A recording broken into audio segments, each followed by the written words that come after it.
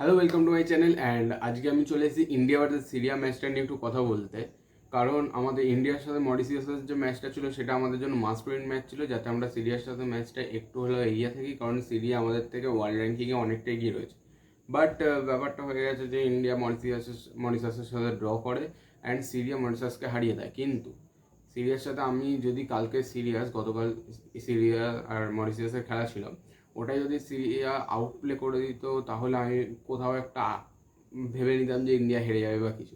But কালকে Mauritius সিরিয়াকেও মোটামুটি আটকে দেয় অ্যান্ড খুব লো র্যাঙ্কিংয়ের টিম হয় মরিশাসের, যে আটকে দেওয়ার ব্যাপারটা, আটকে দেওয়া মানে খেলা দেখে আমি বুঝতে পারলাম যে সিরিয়াকে আমরা হারাতে পারি।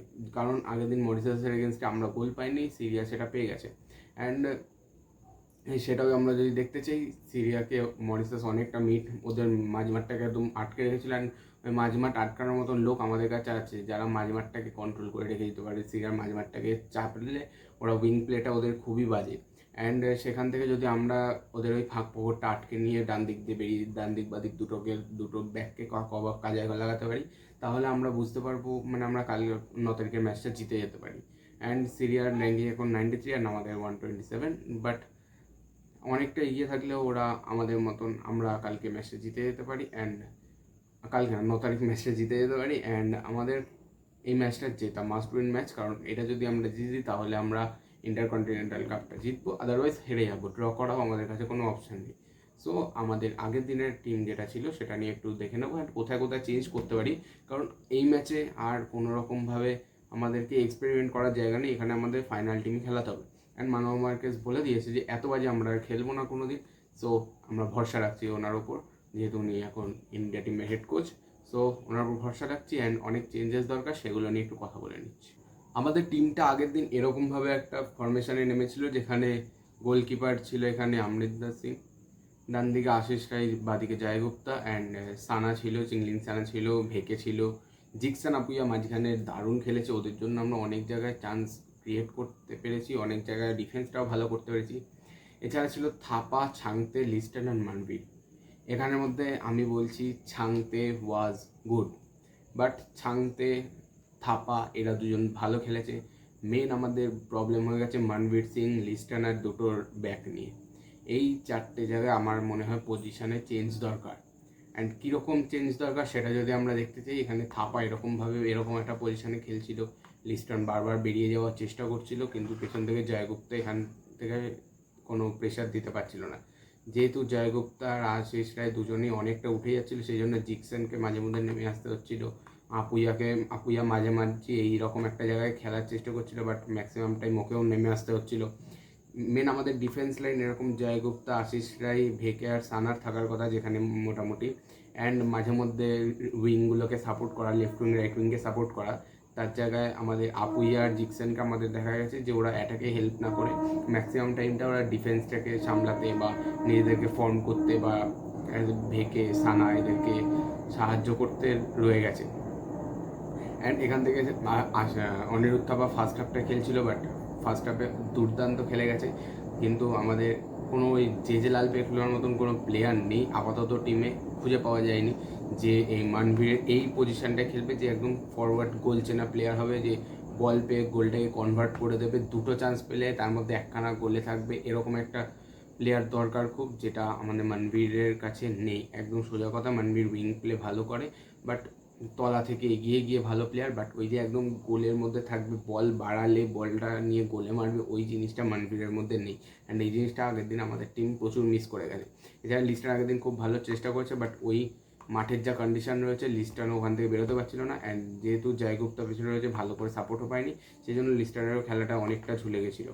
অ্যান্ড প্রত্যেকেই ভালো প্লেয়ার, এখানে আপুইয়াও ভালো প্লেয়ার, থাপাও ভালো প্লেয়ার, ছাংতেও ভালো প্লেয়ার, প্রত্যেকে ভালো প্লেয়ার। বাট ছাংতেকে আগের দিন চলেনি রাইট উইংয়ে, সেই জন্য ওকেও অতটা দেখা যায়নি ম্যাচের মধ্যে।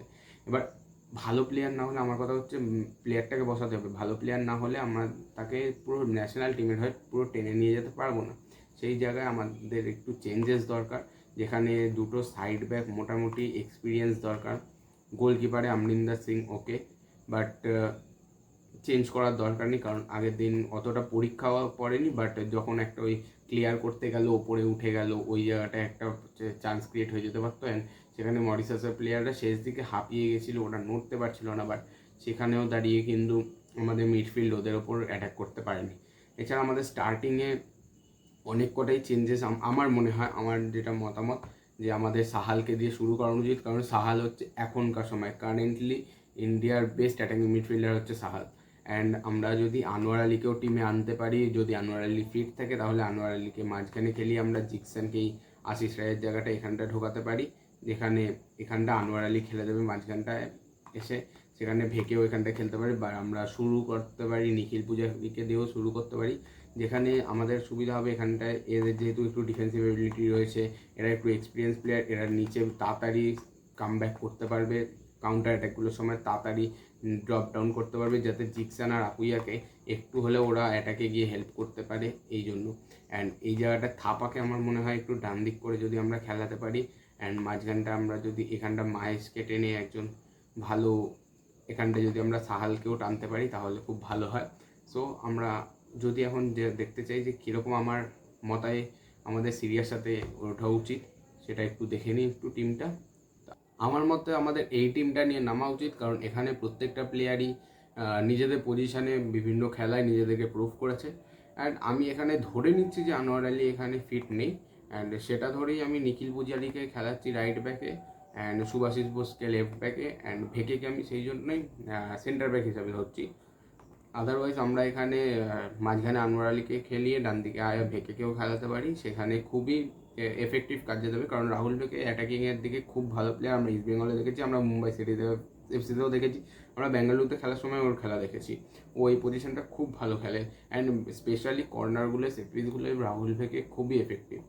অ্যান্ড যেহেতু এখানে সুভাশিস বোস নিখিল পূজারি দুজনেই খুবই ভালো উইং, দুজনেই ভালো ব্যাক হিসাবে খেলে, সাইড ব্যাক হিসাবে, সেই জন্য অ্যাজ আ ফুল ব্যাক ওরা খুবই তাড়াতাড়ি উঠে, ওরা তাড়াতাড়ি যখন কাউন্টারের সময় নেমে যেতে পারে, ডিফেন্সকে হেল্প করতে পারে। সেই জন্য যেটা আগের দিন প্রবলেম হচ্ছিলো আশিস রায় জয়গুপ্তার সাথে, ওরা খুব তাড়াতাড়ি ব্যাক করতে পারছিল না, অ্যান্ড সেখানে একটা প্রবলেম হয়ে যাচ্ছিলো, ডিফেন্সে আপুইয়া জিকসানকে চলে আসতে হচ্ছিলো।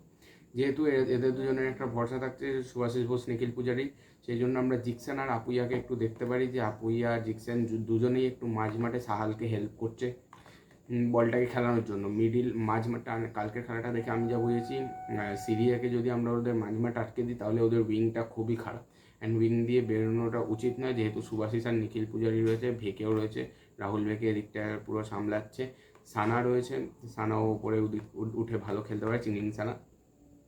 এছাড়া সাহালের কথা তো বললামই, সাহালকে যদি আমরা অ্যাটাকিং মিডফিল্ডে খেলাতে পারি তাহলে খুব ভালো হয়। সঙ্গে থাপা রয়েছে, যেহেতু মোহনবাগানের দুজন একসাথে খেলে সেই জন্য ওদের খুব ভালো বোঝাপড়াও রয়েছে।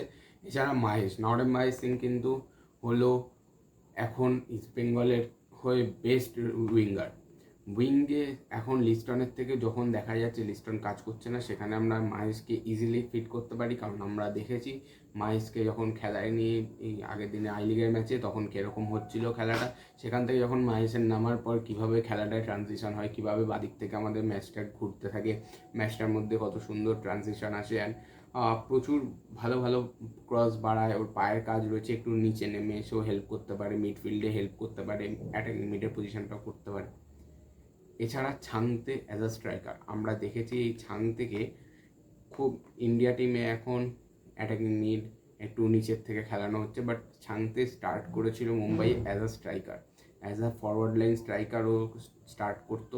সেই জন্য আমার মতে কালকে ছাংতেকে একবার ট্রাই করা উচিত, কারণ ওর এক্সপিরিয়েন্স রয়েছে, মানে এক্সপিরিয়েন্স মানে খুব বেশি এক্সপিরিয়েন্স নয়, বাট 1-2 সিজনের এক্সপিরিয়েন্স আছে, ইন্ডিয়া টিমে ভালো প্লেয়ার আমার মতে। সেই জন্য এই টিমটা নিয়ে কালকে আমাদের নামা উচিত, যদি আনোয়ার আলী ফিট না থাকে। অ্যান্ড আনোয়ার আলী ফিট থাকলে রাহুল ভেগে ঠিক এখানটা নিখিল পূজারির জায়গায় চলে যাবে, অ্যান্ড এখানটায় চলে আসবে আমাদের আনোয়ার আলী, ঠিক আছে, বা আনোয়ার আলী এখানটা ডান দিকেও খেলতে পারে, রাহুল ভেগে মাঝখানে চলে এলো, বা অনেক রকম ট্রানজিশন করা যায় আমাদের এখানে টিমে।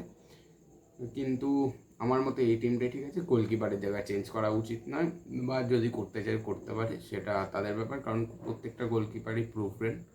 অ্যান্ড ইয়া, এটাই আমার মতে আমাদের নেক্সট দিনের টিমের হয়ে যাওয়া উচিত। অ্যান্ড আগের দিন যেমন আমরা 4-2-3-1 গেছিলাম, এই দিন আমাদের এই তিনটে প্লেয়ার, এই সাহাল, আপুইয়া, জিকসন, এই তিনজনকে আমাদের অ্যাটাকিংয়ে টোটালি ইউজ করতে হবে। আর এখানে রাইট মিডফিল্ডার লেফট মিডফিল্ডার না করে এই দুজনকে টোটালি উইংয়ে খেলাতে হবে। এই দুটো পজিশান হয়ে যাবে খুব ইম্পর্টেন্ট, কারণ এই দুটো পজিশান থেকেই বল বার করা হবে। অ্যান্ড ওদের দুটো সাইড কিন্তু খারাপ, ওরা মেন খেলাটা খেলছিল মাঝমাঠে অ্যান্ড মরিশাস ওখানটায় আটকে দিয়েছিল। কারণ আমরা যদি দুটো গোল বাদ দিই তাহলে কিন্তু মরিশাস অনেকটাই আটকে দিয়েছিল সিরিয়াকে।